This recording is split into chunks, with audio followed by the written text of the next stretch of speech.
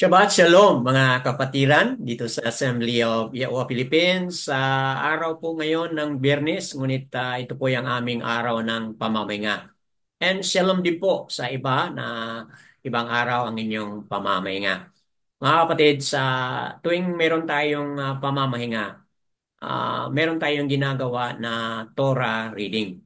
Ito po yung part 1 at mamaya part 2, meron tayong another topic na kung saan on a series tayo, nasa pang-siyam na po.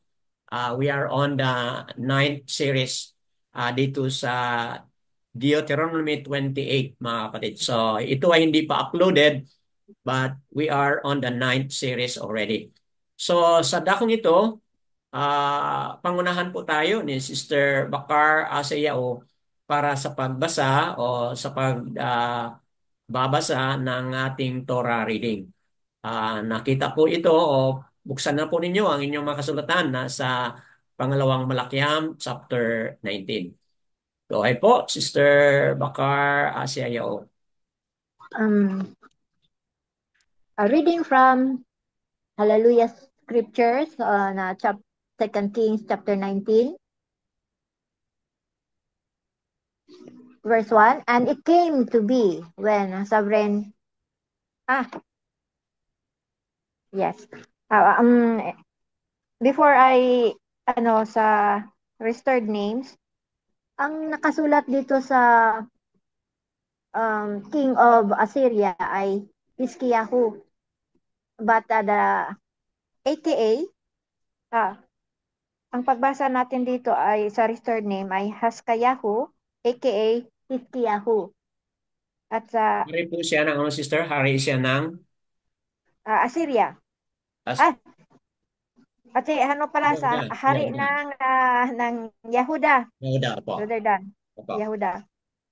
At saka ma- mababasa natin dito ang si Sanherib, Opo. aka oh, restored name Sanharab, aka Sanherib. Opo. Hmm. Hari po siya ng Hari ng Assyria. Opo. Hmm. Hari ng Assyria.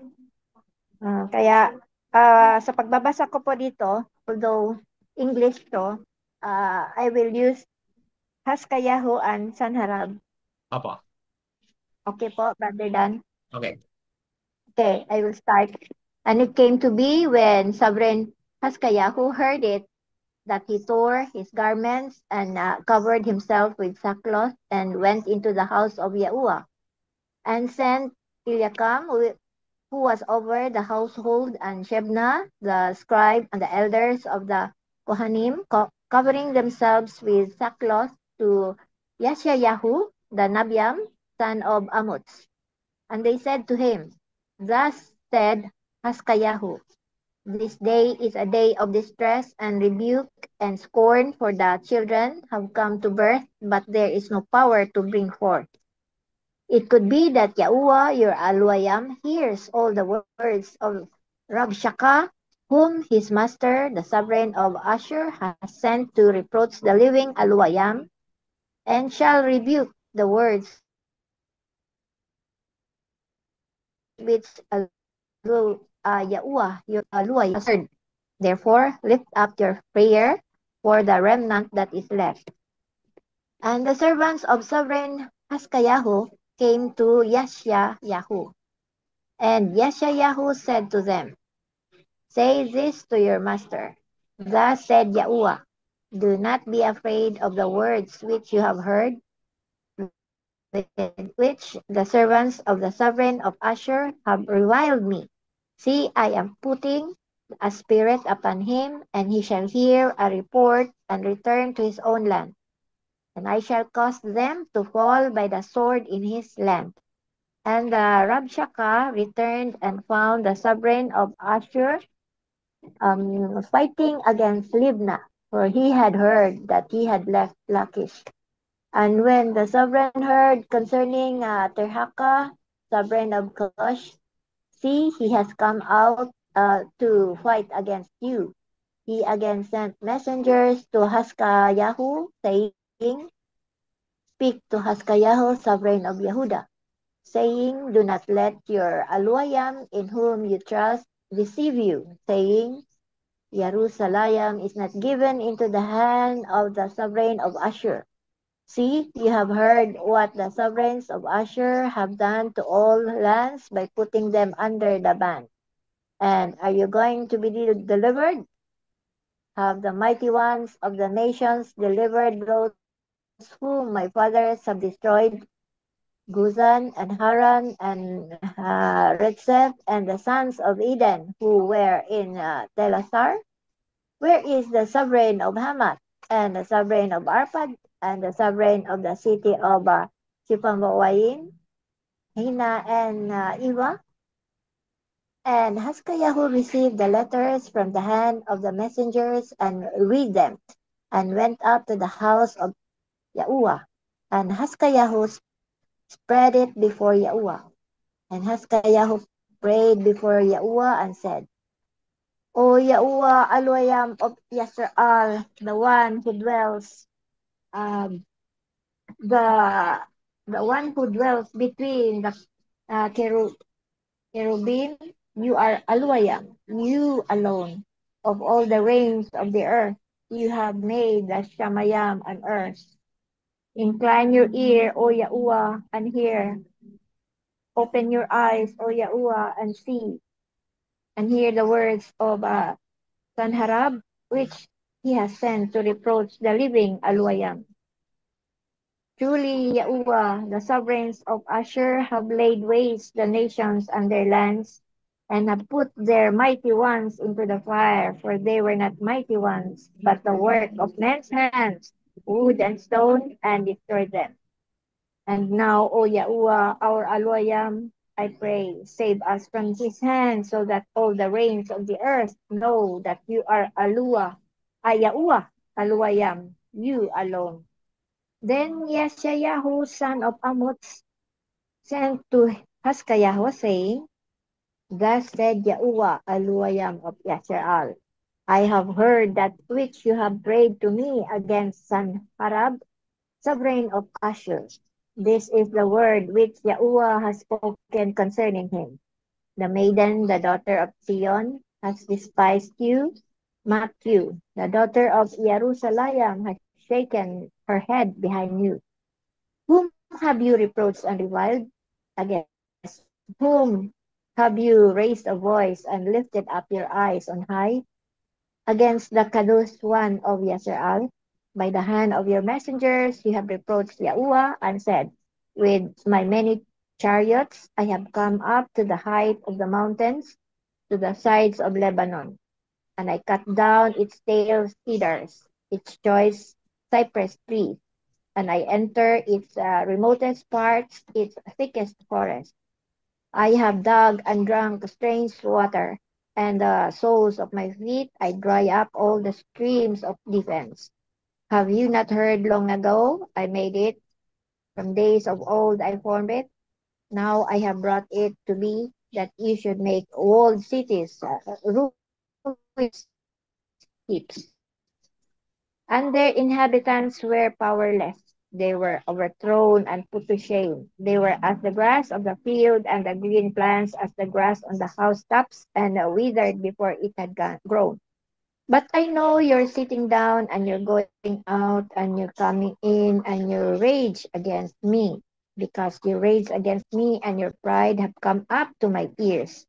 I shall put my hook in your nose and my bridle in your lips, and I shall turn you back by the way which you came.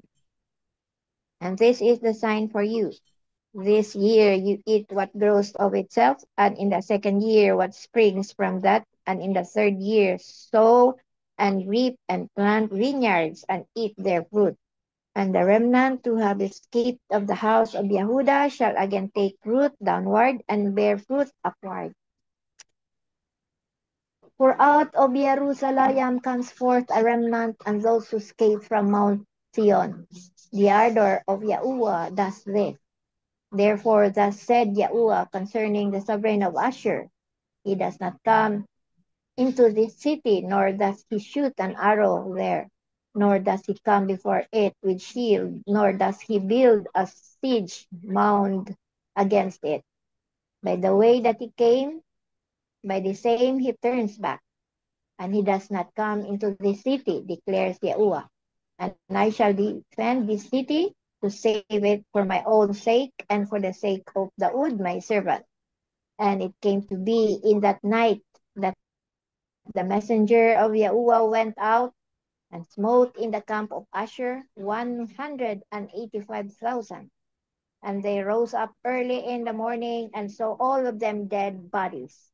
And Sanherib, sovereign of Asher, broke camp and went away and turned back and remained in Nineveh. And it came to be as he was bowing himself in the house of Nesroch, his mighty one, that his sons Adramelech and Sharezer smote him with a sword, and they escaped into the land of Ararat. And his son Esarhaddon reigned in his place.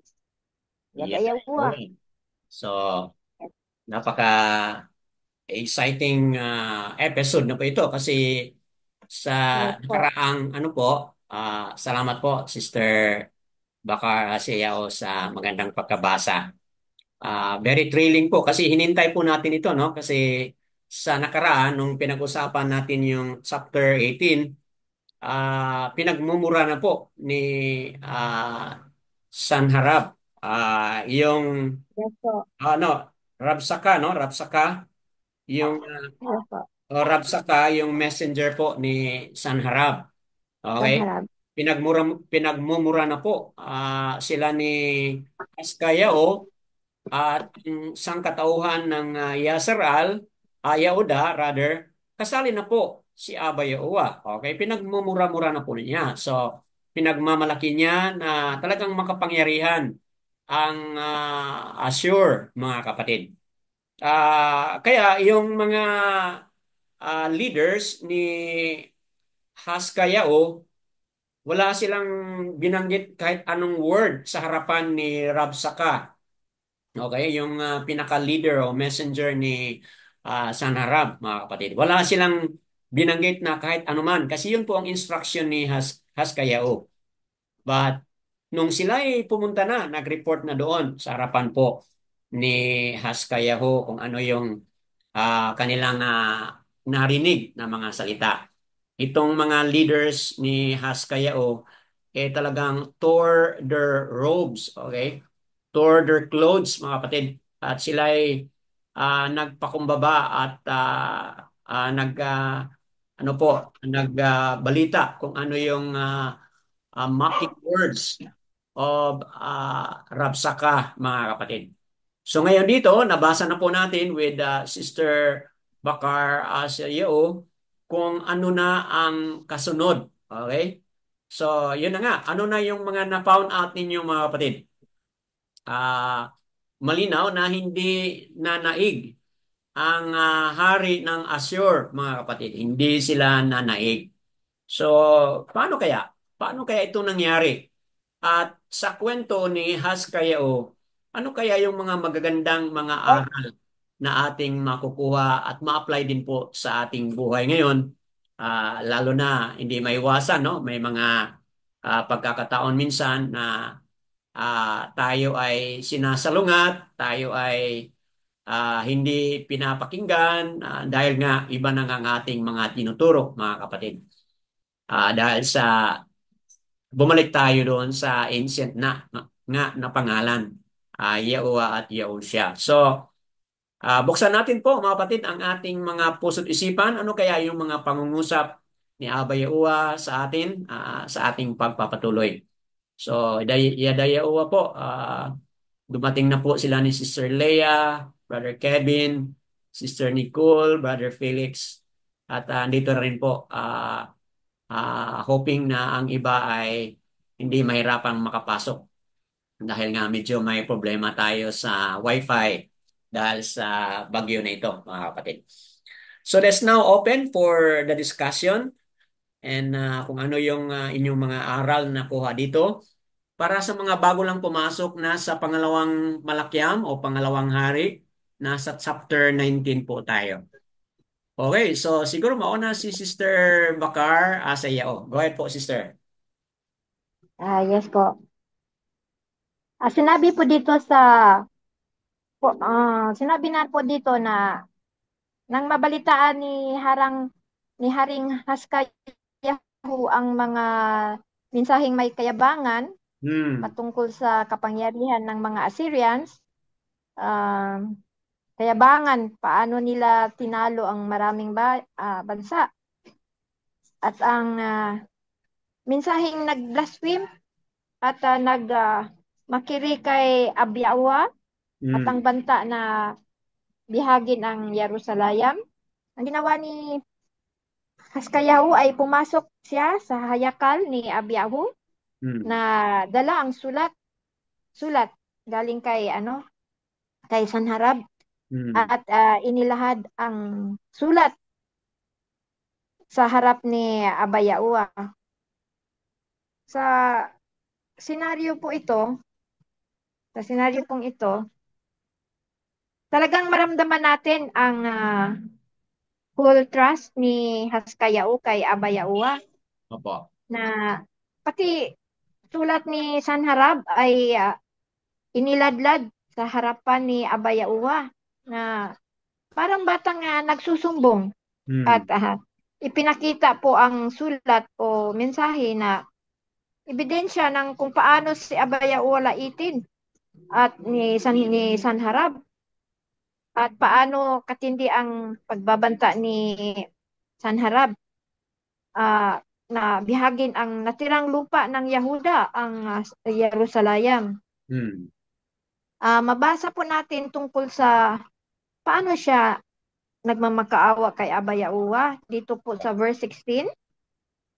Basahin ko po, sabi dito ni Haskayahu, incline your ear, O Yahuwah, hear and hear, open your eyes, O Yahuwah, and see and hear the words of Sanharab, which he has sent to reproach the living Aluwayam. Mm. Ginawa po ni Haskayahu ang kumonsulta kay Propeta Yasyahu at tulong-tulong silang nagdasal kay Abayawa. Opo. May prayer si Haskayahu na uh, his prayer is not merely for personal or national deliverance, but uh, for the esteem and reputation of Abayawa.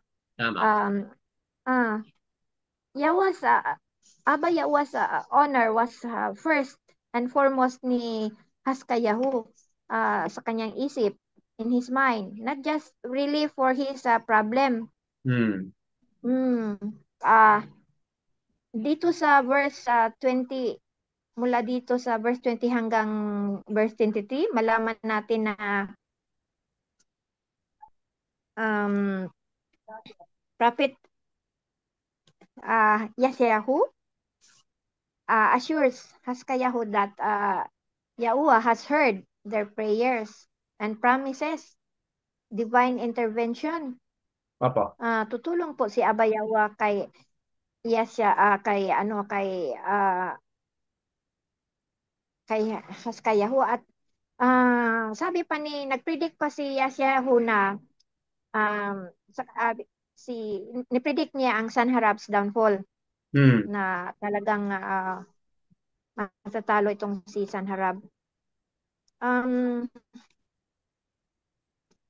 sa ano natin na magtagumpay ba si Sanharab sa kanyang mga kayabangang banta sa against Jerusalem?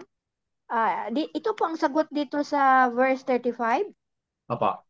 na babasahin ko po sa verse 35 na sabi dito na, and it came to be in that night that the messenger of Yahuwah went out and smote in the camp of Ashur 185,000.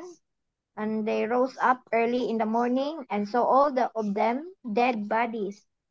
Kaya mabasa natin dito na isa lang messenger ni Yahuwah ang pumatay sa 185,000 Assyrians. Wow. Dito po natin makita ang divine intervention ni Abba Yawa para maligtas ang Jerusalem at maipakita sa lahat ang kapangyarihan ni Abba Yawa. Namatay ang 185,000 na natulog lang at Hmm. di na nagising. Walang digmaang nangyari upang manalo si Haskayahu sa kanyang pakikipaglaban kay Sanharab. Amazing ang pangyayaring ito dahil pagkatapos sabihin ni Abayao sa verse 34 na basahin ko po, I Opo. shall defend this city to save it for my own sake Hmm. and for the sake of Daud, my servant. Ay, nangyari kaagad-agad sa gabing iyon ang tulong ni Abayawa na doon sa binasa ko sa verse 34. Mm, kaya um, mm, kamangha-mangha talaga ang divine intervention, milagro na ginawa ni Abayawa para matulungan ah, matulungan si Haskayahu. Hindi man kasali dito si Sanharab na namatay sa 185,000 ay di rin siya nakaligtas sa dalawang anak siyang pumatay sa kanya. Hmm. Mabasa natin sa mga last part na uh, naparusahan din itong si Sanharab pag ginawa.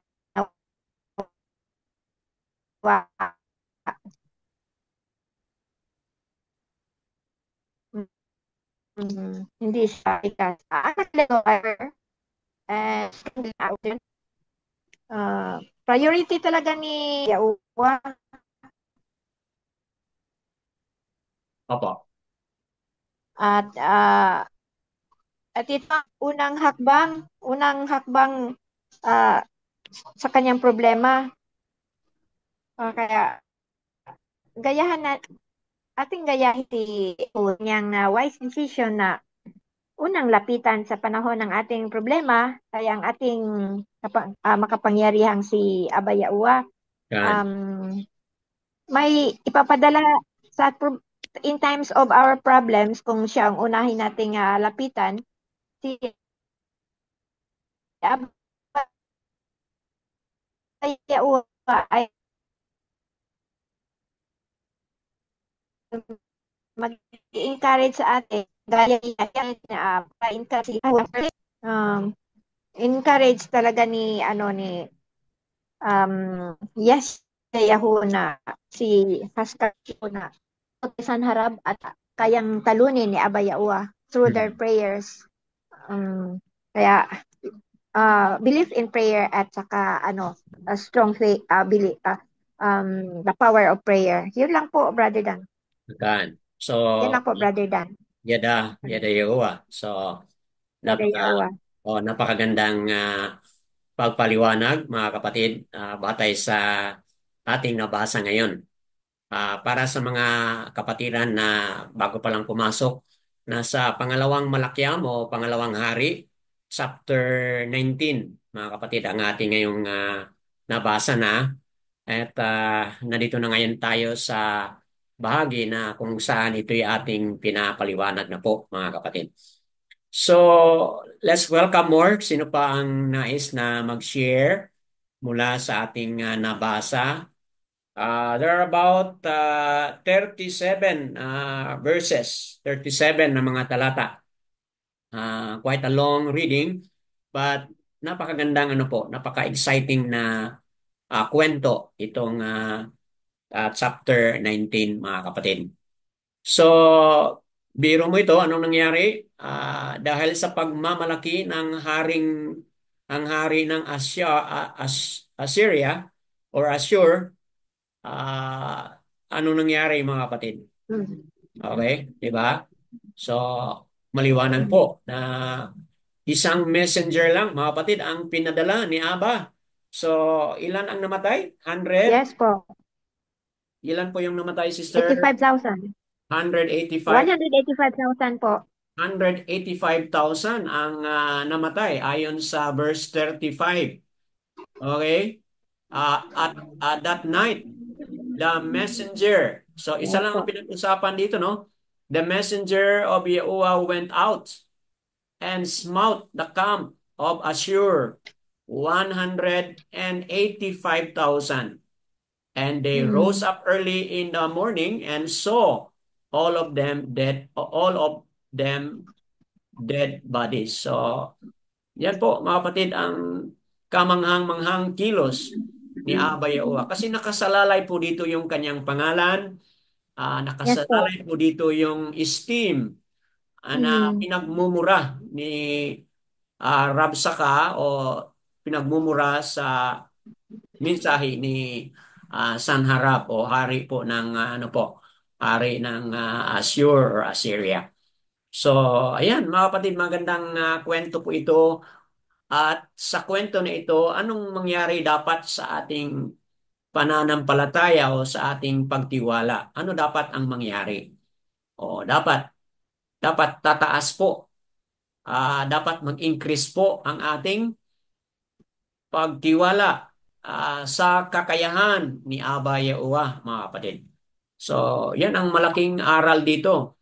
Hindi tayo dapat matakot kung ano yung sasabihin ng isang tao kasi wala yan. That's nothing compare sa makapangyarihang kamay o sa makapangyarihang kilos ni Aba Yahuwah, mga kapatid. So, that's nothing. So, hindi tayo dapat matinag, hindi tayo dapat ma-shaken kung ano man po yung salita ng mga tao against kay Aba Yahuwah, mga kapatid. Mm. So, Yes po. have you received some negative words o some condemning words, mga kapatid? Meron ba kayong ganun na mga karanasan na kung saan ang ating kinikilala na Aba ay being mocked, mga kapatid? Are being put down, are being maligned, mga kapatid. Meron ba tayong ganun? Brother Dan, isa lang narinig ko, Brother Dan, na makiri tungkol sa pangalan. Yung Opo. Yawa, ginawang Yawa. Hmm, tama. Yun lang po ang narinig kong blasphemy Opo. tungkol dyan na nirelate si Yawa sa Yawa na Hmm. greatest enemy natin, po Hmm. natin. Para sa Mm. mga hindi nakakaintindi ng Cebuano, yan po ay is a bad word, mga kapatid, na ang ibig sabihin, the devil. Okay? O hasatan. Yun po ang ibig sabihin yan. But in Cebuano, yawa is really something na we would say, consider it as a bad word because it refers to the devil. So, ako din, hindi lang si Sister Bakar sa Yes Yao ang po. nakatanggap diyan. Ako din at kung naalala ninyo yung kwento ni Sister Cheryl noon, nung pinatawag siya ng kaniyang pastor. Okay, may mga membro doon na Cebuano at yun ang binanggit na word. At hindi naintindihan ni Sister Cheryl yun, but nung pinaliwanag ko na yun, saka pa niya naintindihan na isa palang pagmumura o isang pagmak sa pangalan ni Aba yung Cebuano words na yan. So, ayan, that's a reality po, mga kapatid. At kung yan man ay mangyayari, nawa hindi tayo matinag, hindi tayo ma-shaken, mga kapatid. Katulad ng response ni Haskayao. O, di ba? Nagsanib puwersa ito si Yasayao. Okay? Nagsanib puwersa si Yasayao, yung yung prophet sa panahon na ito with Haskayao. At ayun, ang kanilang panalangin talaga ay narinig ni Abba Yahuwah ang kanilang panalangin. Take a look at verse ano po, verse 19, although na-highlight na po ito kanina ni Sister. Take a look at verse 19, mga kapatid. Napakagandang motive itong prayer ni Haskayao, mga kapatid. Ano yung kaniyang prayer dito sa verse 19. And now, O Yahuwah, our Aluwayam, others would pronounce it as Alua, okay? I pray, save us from his hand, so that all the reigns of the Arats know that you are Yahuwah Aluwayam, you alone. So mga kapatid, nandito yung motive kung bakit ito ang matinding panalangin ni Haskayao, mga kapatid. Okay? How important that is yung kaniyang panalangin dito. O tingnan mo, mga kapatid, kung ano yung intention niya. Save us from his hand so that all the reigns, lahat ng mga hari sa Arats, know that you are Yahuwah, our Aluwayam alone. So, ibig sabihin, mga kapatid, kung tayo man ay manalangin, dapat nandoon yung so that you are Yahuwah, okay? Our Aluwa or Aluwayam, you alone. Minyakan. You alone ang makilala. So, yan po mga kapatid, mahalaga po yun sa ating mga panalangin. Kasi minsan yung ating mga panalangin, very self-vested interest lang po. Halimbawa, sabihin natin na ako'y napahiya, ako'y nabully dahil sa pagkilala ko sa pangalan mo. Yun ay very ano po yun mga kapatid, no? Self-vested interest lang po yung panalangin na yan. Dapat we go beyond that. And that is, nakasalalay po ang inyong pangalan, Aba Yahuwah. Kaya dinggin niyo po ang aming panalangin upang kayo ay maluwalhati at makilala. Kasi sa declaration dito ni Rabsaka, talagang na-put down si Aba, mga kapatid. Naging matunog dito sa kaniyang declaration na ang hari ng Assur or Assyria ang totoo talagang makapangyarihan. Ito yung ibig sabihin dito sa kanilang mga declaration. But hindi po totoo yun. Kasi pinatunayan na nga ni Aba Yaoa. Sinagot ang kanilang panalangin ni Yashayao at ni Haskayao. Sinagot ni Aba Yaoa. Isang messenger lang po ang pinadala. And 185,000 men or mga sundalo ng Assur, Assyria, sila po ay napatay sa panahon na iyon, mga kapatid. So yun, I'll keep quiet now and give you time also kung sino pa po ang nais na mag-share. Ako nga, Brother Dan. Brother, Okay. Si Sister Corazon, meron po siyang nais ibahagi. Then balik tayo sa iyo mamaya, Sister Bakar, sa iyo. yes po. Please, go ahead po. Tama si Sister Bakaria Shaok. Ano? Bakaria Shaok na yung itong binasa niya kanina, it refers to the power of prayer Opo. and the power of divine intervention. Kasi sa 2 King 1:19, 1-4, Opo. when Hezekiah seek Yahuwah, it is about his guidance through. He was asking for guidance. Dito rin sa it's not only guidance, but he is praying for protection dahil sa isa kaaway nila. And he was asking also for deliverance from the nation of Assyria. Opo.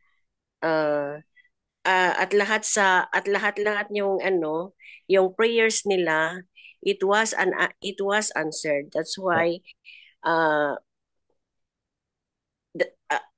yung Assyrian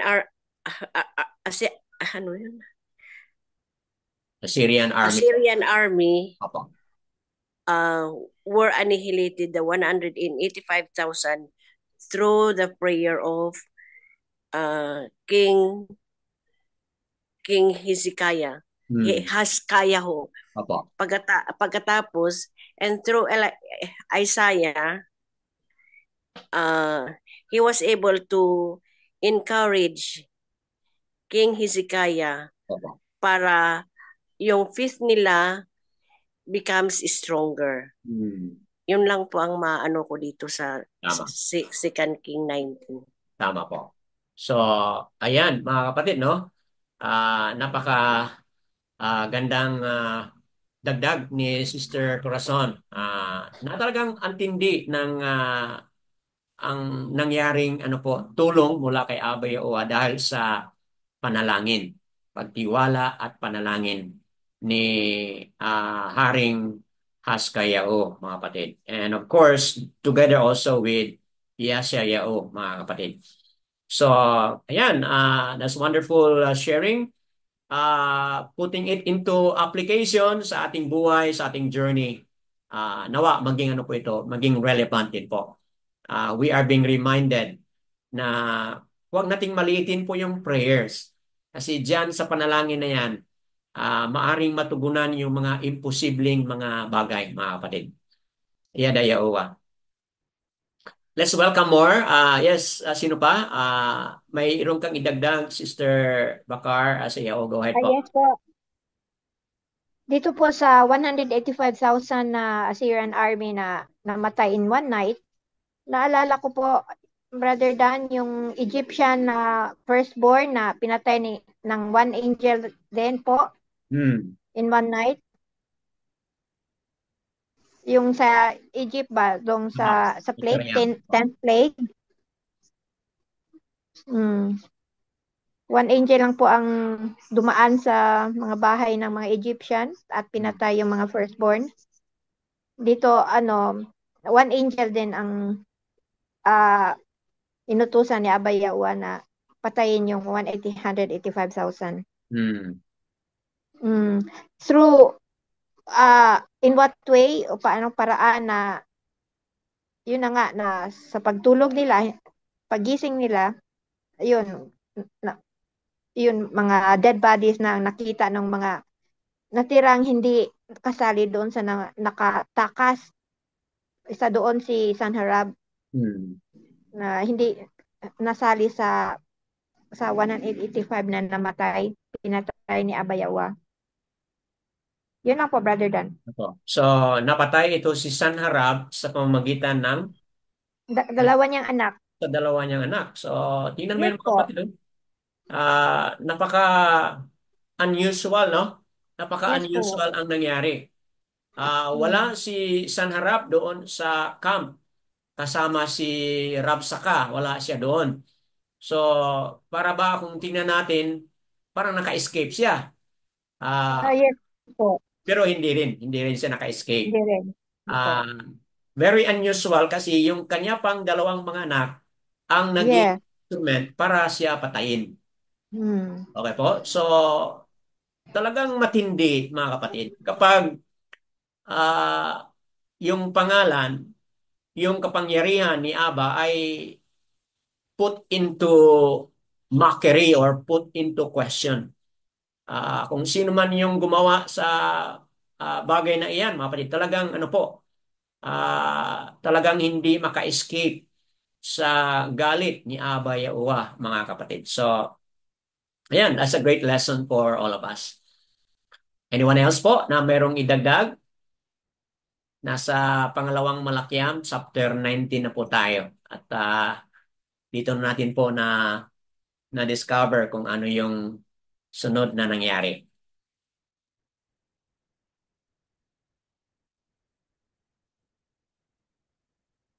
Anyone else would like to add?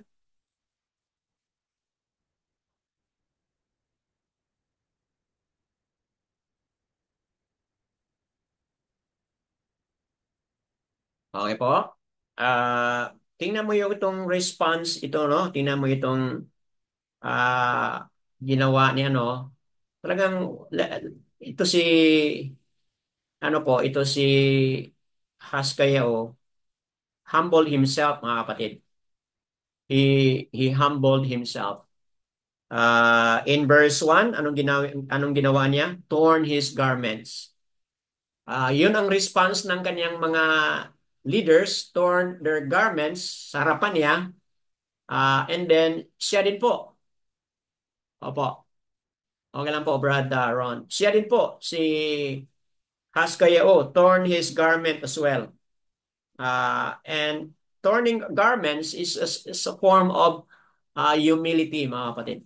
Humbling down and bowing down na hindi kaya, mga kapatid, hindi kaya ni Haskayao i-resolve ang problema na ito. Wala siyang kakayahan.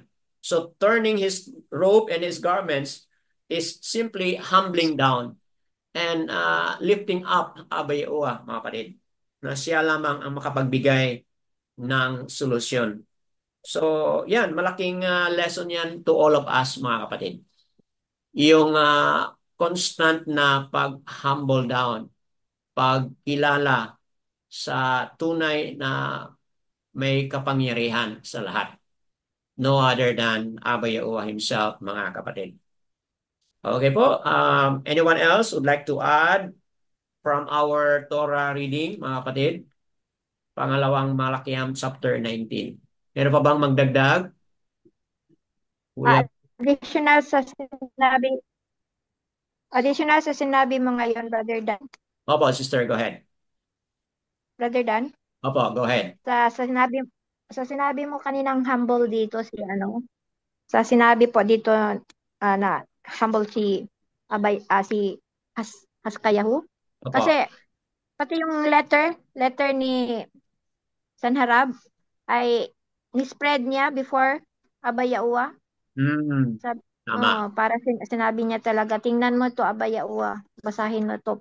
Although, alam ni Haskayahu na alam na ni Abayaw ang tungkol dyan, pero nagsusumbong siya Opo. na ito yung letter niya, natulungan mo po ako. Ganon ka-humble siya. Although king siya. Rather than. Tama. Verse 14, no? Yung sinabi dyan, verse 14. Haskayao received the letters from the hand of the messengers and read them and went up to the house of Yahuwah. And Haskayao spread it before Yahuwah. So, ang tindi, no? Ang tindi ng kaniyang paniwala. O, Yahuwah, ito na yung kanilang ginawa. Ito yung kanilang paratang. Ito yung Yes kanilang po. declaration.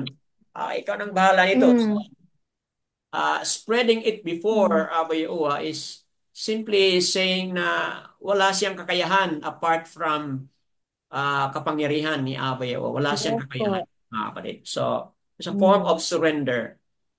It's a form of Yes. yielding to Abba Yahuwah yung cause o yung dahilan o yung trouble na meron sila ngayon. Is a form of lifting up and surrendering to Abba Yahuwah yung bagay na yun. So, ayan mga kapatid, no? Napakagandang kwento. Anyone else would like to add from our story? So, how do you sum it up? This is a story of what? Paano mo ma-summarize ito? Anong kwento? What is this story all about? It's a story of what? Brad Danny, kahit Opo, hindi po brother. ako nakapakinig, pwede po ako mag-comment. Opo, go ahead po. Parang ang ano lang po dun mga Brad Danny na ano man ang ginawa ng kapwa natin sa atin na masama Hmm. o kung sino man po yung masamang nanlilibak sa pangalan ni Aba Yahuwah Or nang o, lalait. Opo. o nanlalait, wag po tayong gumanti ng Hmm. pisikal. Tama. Hayaan po natin ang ganti kay Aba Yahuwah dahil yung ganti niya po is lalapat ng tama at sapat dun sa mga taong ah nang nang oppress sa mga sumusunod sa kanya o dun sa kanyang mga anak na masunurin sa kanya.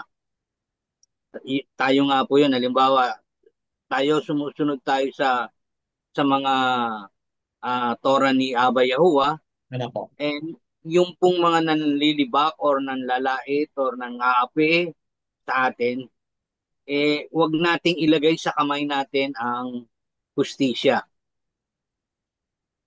Kasi po, hindi po para sa atin yon. Tama. Para po kay Aba Yahuwah ang ganti o ang paghihiganti. Dahil yung ganti ni Aba Yahuwah, lalapat ho yun at sasapat. I mean, Mm. hindi magkukulang, hindi sosobra, hindi magkukulang. Makikita po ng mga kanyang mga anak kung paano mag-apply ng justice si Aba Yahuwah sa mga taong ayaw sumunod sa kanya or ayaw siyang tanggapin or minamaliit yung kanyang pangalan. Mm. Yun lang po, Bradani. Yada Yahuwah po. Yadayawa. Tama po, mga kapatid. Ang ang vengeance, okay, ay hindi nagmula sa atin, kundi nagmula kay Abba Yahuwah. Yadayawa po sa napakagandang dagdag sa napaliwanag na ni Brother Ron. Anyone else po? Let's open up more. Open for more. Kung sino pa ang magdagdag. Would it be Sister Leia, Sister Lorraine, Sister Lilieta, Sister Nicole, Brother Felix, Brother Kevin, if you have something. Oh, Sister Caitlin is here. If you have something po. Feel free to unmute lang, mga kapatid. Go ahead po, Sister Leia. Meron po kayong idagdag. Go ahead po. Ah, Shalom po sa lahat. Opo. Ang idagdag ko lang po batay sa talatang ito na yun na nga po, no? Pag nararamdaman natin na parang tayo po ay nakakilala ni Aba Yahuwah na para bang nararamdaman natin na bulaan tayo para sa kanila. Kasi nga, hindi nila, parang bago sa panrinig nila ang pangalan ni Aba Yahuwah, at yun na nga po, pinaparandam nila sa atin, kung pinaparandam nila sa atin na parang tayo ay bulaan. Mm. Sumangguni lang po tayo lagi ni Abba Yahuwah at Tama. huwag tayong patitinag sa kanila. Dahil alam natin na ang totoo nating tinatawag na si Abba Yahuwah sa pamamagitan ni Yahushua ay talagang totoo. Mm. Siya po ang totoo na makapangyarihan. Yun lang po, Papa. Yadayawa. Yadayawa. Ayan. So may pangalawang pangalawang description na po sa atin. Okay? So, yan. Totoo po yun. At tama, hindi tayo matinag, hindi tayo ma-shaken dyan. Okay? Yan ay pagkakataon na tayo ay all the more dapat kumapit tayo kay Abba Yahuwah at manalig sa Kanya para makita rin natin po kung ano yung gagawin ni Abba Yahuwah, mga kapatid. Yada Yahuwah sa dagdag na yan ni Sister Leia Yao, mga kapatid. Anyone else would like to share?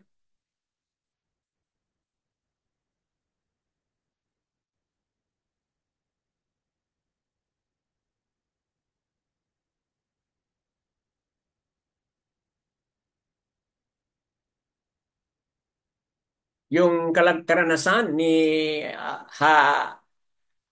Haskayao, magkaiba sa atin. Siyempre, no, mas life-threatening po yung napagdaanan nila dito sa panahon na ito. So, magkaiba yung degree ng ating mga pinagdaanan, mga kapatid. But the principle is still the same. Prayer is the best response, mga kapatid. At humbling down and not to think of anything na pwede tayong magganti. Wala. Kaya dapat wala tayong isipin na ganon. Because ang pagganti, mga kapatid, ay hindi sa atin. Kay Abba Yahuwah po yan, mga kapatid. So, kung meron man tayong ganon na mga karanasan, maybe in a different angle, maybe in a different situation, ito po yung ating mga pagmuni-munihan na dapat i-respond po natin, mga kapatid. Our best response is humility and prayer, mga kapatid. At pananalig at Ah, lapit po kay Aba Yaowa. Go ahead po, Sister Bakar Aseo.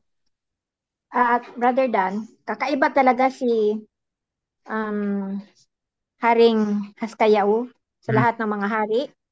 Kasi in times of troubles o saka distress, kay Abayawa talaga siya lumapit kaagad.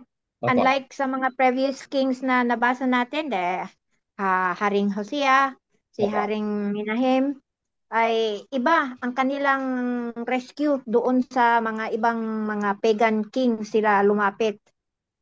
Hindi kagaya kay Haskayahu na sa pinaka powerful na pinaniniwalaan niya.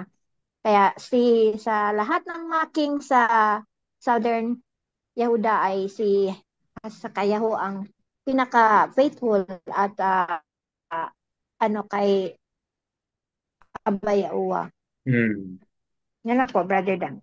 Opo. So, ayan, talagang kaibang hari ito si ano po, si Haskayao. Kaibang hari siya. He is one among the sovereign, among sa mga hari doon sa Yehuda na talagang ano po siya, is very ano siya, meron siyang uh, very special relationship, very special na pagkilala po sa kapangyarihan ni Abba Yehowa. So, Yes that's a good po. lesson for all of us. Okay po. So, anyone else would like to share or add some more?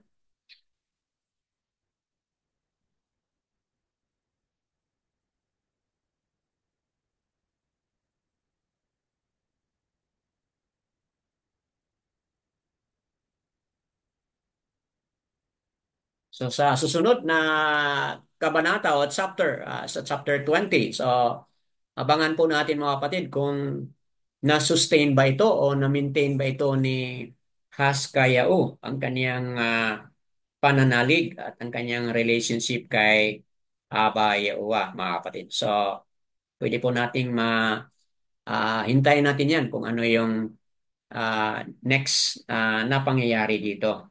But for now, masasabi natin na talagang he is a good king, mga kapatid. He is a good and a righteous king dahil nga sa kanyang ginawa. Okay po? So, anyone else would like to share or add?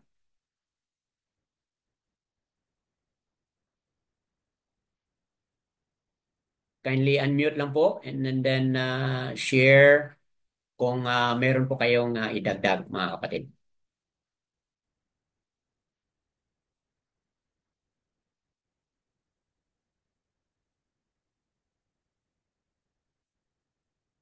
Okay, so kung wala na po, mga kapatid, then Brother Dan. go ahead. Nakamute ka po. Please unmute, Sister Bakar. Sheo.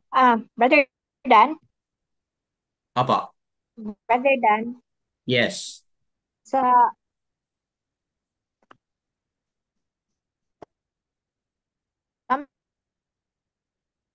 Hindi ka po marinig.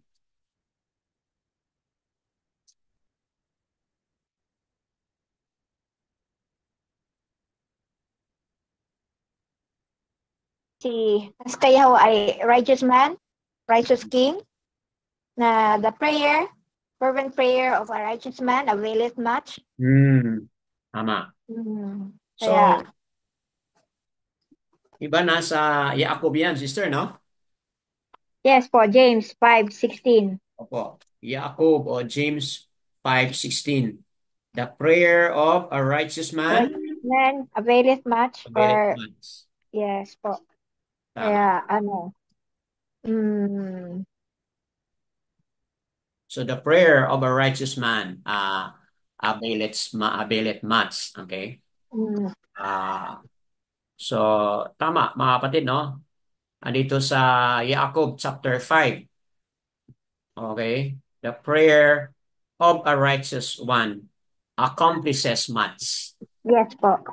So, Kaya, mas maano talaga ang righteous maghingi at pinapakinggan. Just kasi dito sa story dito, dalawa sila ni Yeshayahu At Mm. si Haskayahu ang nagpray for Jerusalem dahil bibihagin na talaga, natira na itong Jerusalem sa lahat ng mga na nabihag na ang northern, ito na Oo. lang sa southern, pati yung mga ibang places sa southern ay yun na nga, ito yung Jerusalem ang natira na lang, kaya distress talaga si Hasakyahu na o Haskayahu na matatalo sila ni Sanharab.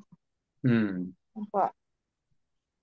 Kaya ganun na lang po ang pagsusumamon niya kay Abayawa na tulungan siya sa problema niya sa Jerusalem. Praise Yahuwah naman po at nagtagumpay ang prayers nila ni Yashayahu. Yes po. Yada, yada yawa. So, yan mga kapatid, dito tayo ngayon magtapos saying na kayong mga manonood sa Republish, kung kayo po ay may mga concern patungkol sa pangalan. Mga kapatid, wala tayong duda. Ito talaga yung nakasulat po sa Hallelujah Scripture. Okay, from right to left, Yaha-u-ha. So, itong dalawang mga titik yan ay ha na kapag ating bigkasin yan, AS po. So, ay letter Y plus AS kaya maging ya. Then plus ito ay letter U, kaya Yahoo. And then another ha, which is AS, kaya Yahoo-a. Yahuwah, mga kapatid. Ito yung nakasulat sa Halil Scripture, pangalan po ni Abba Yahuwah. At ganun din po ang pangalan ni Yahushua. Ito yung limang mga titik, mga kapatid. Yahu, first three letters, is also the same with the first three letters sa pangalan ni Abba Yahuwah. Itong parang letter W, but ito po ay Shan, SX. And then ito ay parang letter O, but this is Ayan. So, Yahoo siya. Yahusha po ang Messiah na ating kinikilala. Nakasulat po sa Holy Scripture.